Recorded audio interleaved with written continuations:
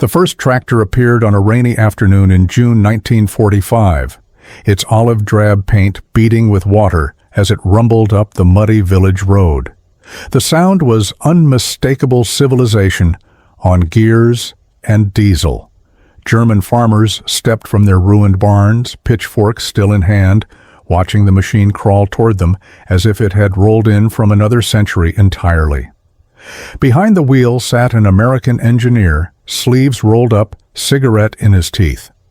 On the front grille, the white stencil still read, U.S. Army property. A small flag fluttered from the fender, the same banner that had previously frightened these men to silence. Now it came towing a trailer of spare parts and a handwritten placard in English and fractured German, to plow, not to patrol. The villagers gathered cautiously in their ration-patched coats. After years of forced requisitions and confiscations, the sight of an occupying soldier bringing equipment instead of taking it defied sense.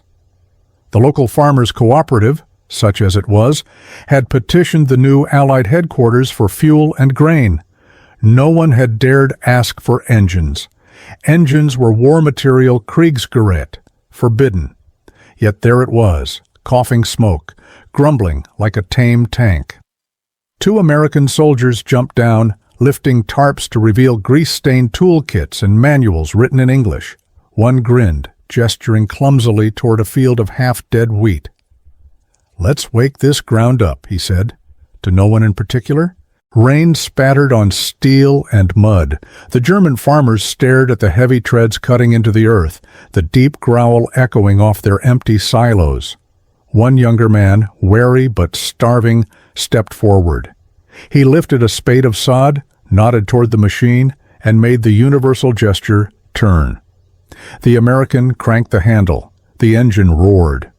For the first time since surrender, children cheered. To outsiders, the scene might have looked like routine reconstruction. To those who'd survived on potatoes stolen from military fields, it was closer to redemption. Power turned to productivity. The same industrial strength that had flattened Europe was now idling in a barnyard, waiting to cultivate it. That paradox lingered in every vibration of the engine. The tractor's manufacturer, International Harvester, had built thousands of such workhorses during the war to tow artillery. The very engineering of conquest now cleared furrows. The man behind the controls didn't quote policy. He simply traded the logic of battle for the logic of farming. When village elder Karl Bayer finally asked the question half in broken English, half in awe, "Why are you doing this?" the American only shrugged. He pointed to the clouds above the field, then to his watch. "You've got 3 hours of daylight left," he said. "Let's plow." No proclamation followed. No journalists, no staged photographs, just machine noise folding into the rhythm of the soil as German and American, barefoot local and diesel-smelling mechanic, labored in wordless agreement. From nearby hedgerows, more faces emerged, women clutching buckets, children handing bolts, farmers wiping their eyes unseen in the rain. They had expected occupation to mean confiscation. Instead, it meant cultivation. The horizon thumped with the strange reassurance of gears. When the tractor finally reached the end of the furrow at sunset, the crowd burst into scattered applause. The Americans sat on the track's fenders, sharing cigarettes and laughter muted by fatigue. The colonel in charge of the depot would call it field testing, a phrase that sounded official enough. But for those who witnessed it, the day the tanks became tractors felt like history reversing itself, metal learning mercy. To understand the shock of that noisy miracle, you have to see the countryside it entered. By the summer of 1945, Germany still looked like a map left too close to fire edges curled, half unreadable. Cities lay flattened into gray geometry. The countryside that had once fed them was scarred by years of overwork, forced requisition, and neglect. Horses had been drafted for military transport, fuel was non-existent, and most tractors stood rusted in sheds, stripped of wiring to make field radios. When surrender came, farmers possessed land but no power. They faced soil that could feed no one and a nation about to starve. In Washington and then in Frankfurt, the Allied Control Council debated how or even whether Germany should be allowed to recover. One faction favored punishment through scarcity, arguing that abundance would only restore arrogance. Another, led quietly by the U.S. Army Civil Affairs Division, believed hunger bred chaos faster than contrition. Paper plans called for food imports, but the grain ships hadn't even cleared the English coast when the first harvest deadlines appeared. If the Germans couldn't till their own soil immediately, there would be no grain to import at all. Then, tucked away in the administrative web of the U.S. Third Army, someone had an idea so ordinary it seemed illegal. Across Europe, American depots were stacked with machinery no longer needed for combat jeeps, trucks, cranes, bulldozers, and hundreds of tracked tractors built to tow artillery or pull supplies. They sat in fenced yards, engines cooling in the rain, their future uncertain. Official orders said every piece must be inventoried for return shipment or disposal. Unofficially, engineers were already whispering, "A parked engine doesn't feed anybody." At the supply base outside Frankfurt, Army engineers watched the local farmers scavenging fuel cans and bits of wire, trying to rebuild. One captain named Arthur Reeves, a pre-war agricultural engineer from Iowa, recognized the futility. He told his commanding colonel, half-joking, "Sir, back home, we call these things tractors with too much armor." The colonel, already tired of forms and shortages, replied, "Then farm." He was speaking metaphorically, but Reeves took it literally. Within 2 weeks, orders smoothed into suggestions. Damaged combat vehicles with removable armor were converted into makeshift farm machines. Engines calibrated for pulling howitzers were outfitted with hitch bars and cast-off plow mounts from abandoned German equipment.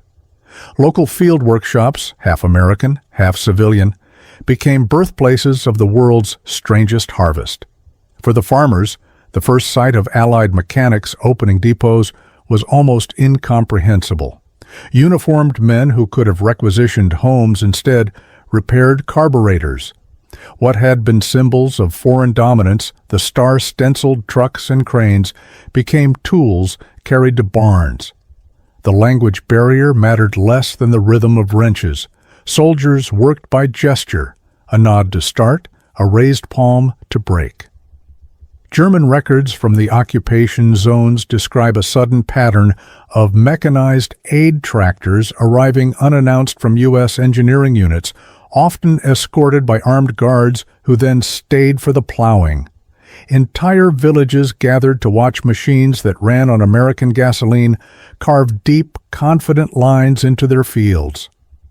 For farmers who had spent the war feeding an army they feared and starving their own families, it was a reversal bordering on moral vertigo. The same industrial genius that had produced bombers and tanks was now resurrecting their soil. Skepticism met sound, each sputter of intake valves rewritten as a promise that the land could live again. Behind these gestures lay something practical yet profound. The Americans needed Germany to stabilize quickly. The harvest of 1945 would determine the coming winter's survival.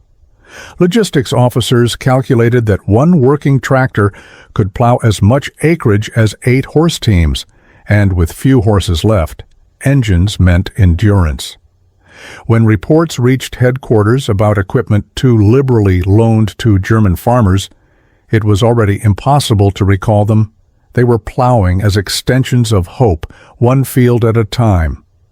Whether Colonel Reeves and his peers called it strategy or conscience hardly mattered. Their decision turned the abstraction of reconstruction into noise and motion, engines roaring among ruins instead of silence sinking over them. By late August, German villages that had once trembled at the sight of U.S. convoys now waited eagerly for them. Children counted how many olive drab tractors would arrive with the sunrise. Soldiers accustomed to command began to understand that feeding a former enemy was not weakness.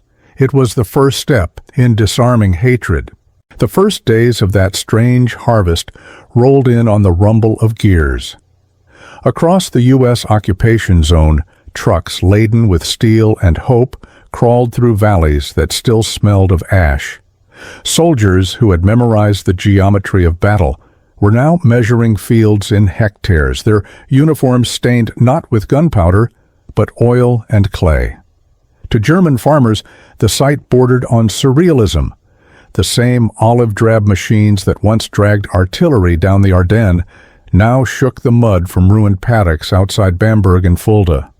Old men crossed themselves, muttering that nothing in Scripture had prepared them for this vision of angels with wrenches. There was skepticism, too. The first time an American mechanic offered a diesel engine to a farmer whose oxen had died, the farmer replied, "We cannot afford fuel." The mechanic grinned and pointed to the barrel lashed to the truck. "Courtesy of Uncle Sam," he said, patting it, though the phrase meant little without translation. Words weren't required. The barrel spoke louder. From dawn to dusk, workshops across the zone became unlikely classrooms. Army engineers trained civilians in what they called tractor discipline. They explained oiling and throttle control, how to check coolant, when to rest engines to prevent seizure. Watching peasants, some of whom had never sat behind any machine larger than a wagon, touch the controls with terrified care, made the soldiers smile. Progress had turned fragile. Every engine returned to life became one more safeguard against hunger. The reversal from dominance to cooperation altered both sides. Where German families once shrank from Allied patrols, they now brought coffee or thin soup to the working crews. The smell of chicory and diesel filled farmyards that months earlier had smelled only of smoldered hay. Children scavenged the discarded ration boxes, turning U.S. Army into toys and nameplates. In one village near Gelnhausen, farmers watched a demonstration of a de-armored Sherman tractor towing a 3-blade plow. When the first furrow cut deep, the crowd applauded. A local priest lifted his hands to bless the engine and burst out laughing at the absurdity of the gesture. When the Americans packed to leave, the villagers lined the road with bread and flowers as if seeing off a wedding procession. But there were conflicts too, the moral hangovers of victory. Supply officers accused field units of misusing property. At Frankfurt headquarters, an inspector complained that combat tractors were appearing on unauthorized agricultural assignments. Replies came back, signed simply, "Equipment tested and returned in improved condition." That fiction became the signature of quiet rebellion. For the soldiers, the work was more than defiance. It was redemption through pragmatism. Sergeant Ben Corrigan, 24, from Ohio, wrote home, "If this had been 20 years earlier, it would have been my folks starving in a field. These people look just as lost. The least we can do is lend them horsepower." He enclosed a photograph of a German boy leaning proudly against a U.S. tractor fender. The engine dominated the picture. The boy was barely visible, but both looked free. As the weeks passed, the rhythm of cooperation transformed the landscape. Fields once gray with neglect turned a deep, improbable green. The mechanical growl of tractors replaced the silence of defeat. Even birds returned to follow the furrows for worms stirred by steel. Each machine left behind symbolized a tiny collapse of boundaries between conqueror and conquered, soldier and farmer, destroyer and builder. The gesture even carried strategic weight. Well-fed civilians meant stable regions. Stable regions spared the Allies from policing chaos. But to most soldiers on the ground, that calculation was secondary. Many spoke of home rather than policy, the pull of returning to a normal world where engines worked for peace.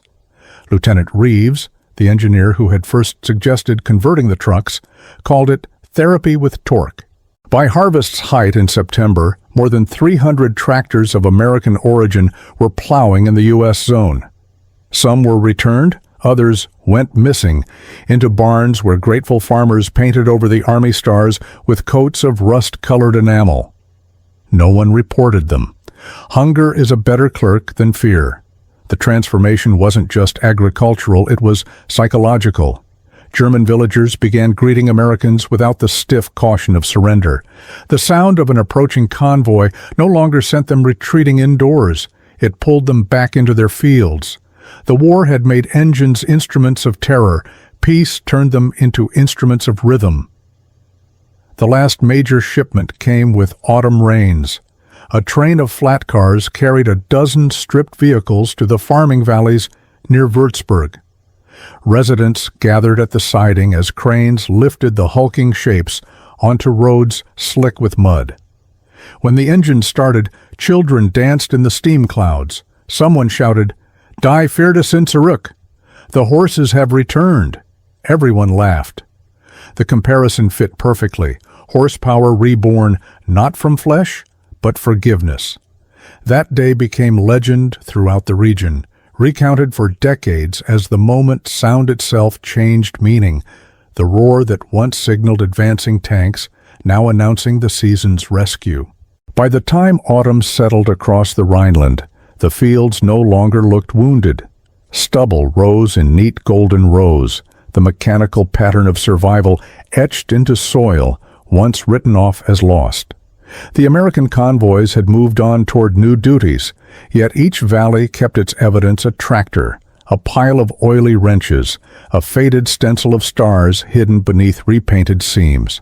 The machines stayed, and with them, a lesson that rolled deeper than the furrows they left behind.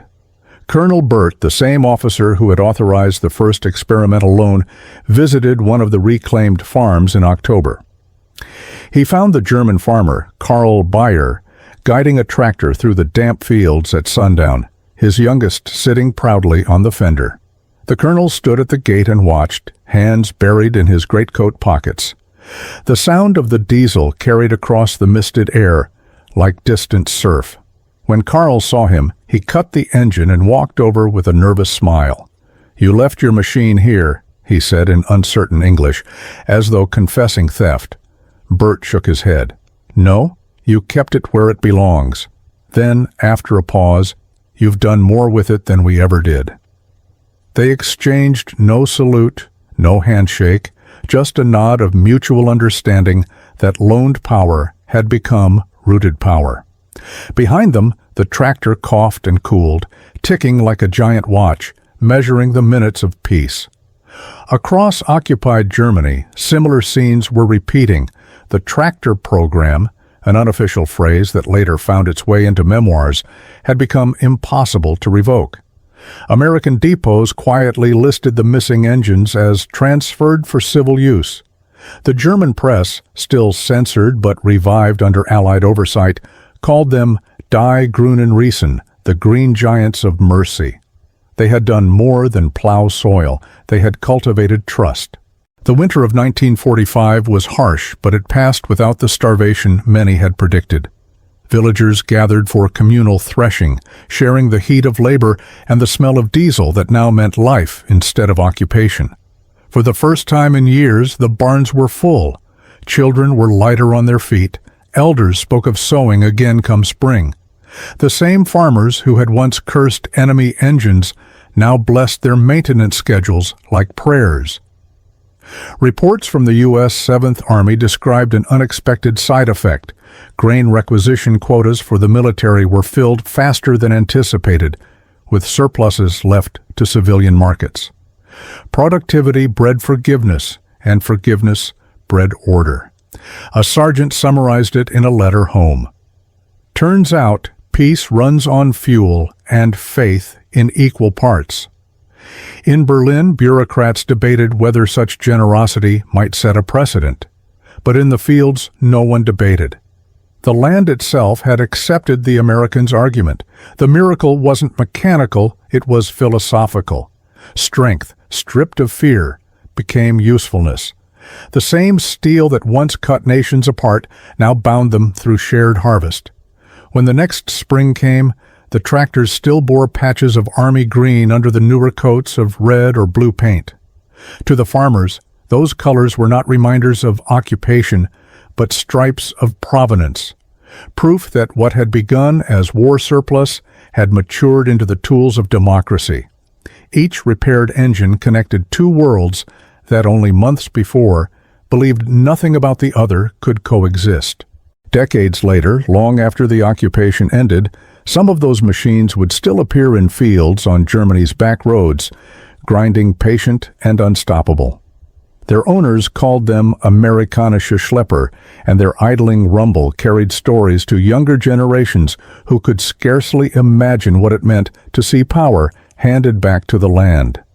Standing beside one during a post-war reunion, an old farmer was asked what he remembered about that strange mechanical gift. He studied the rusted emblem stamped U.S. Army property and smiled faintly. "You can destroy a city with a machine," he said, "but you can feed it with the same one if you change the man behind the wheel." The tractors had done more than cultivate crops. They tilled the soil of perspective. The farmers who learned to start those engines also learned to look at power differently, not as domination, but as potential managed by mercy. When the hands that once wielded destruction turn to creation, even metal remembers its conscience. And when strength bends its gear toward life, peace begins to sound like an engine steadying after winter.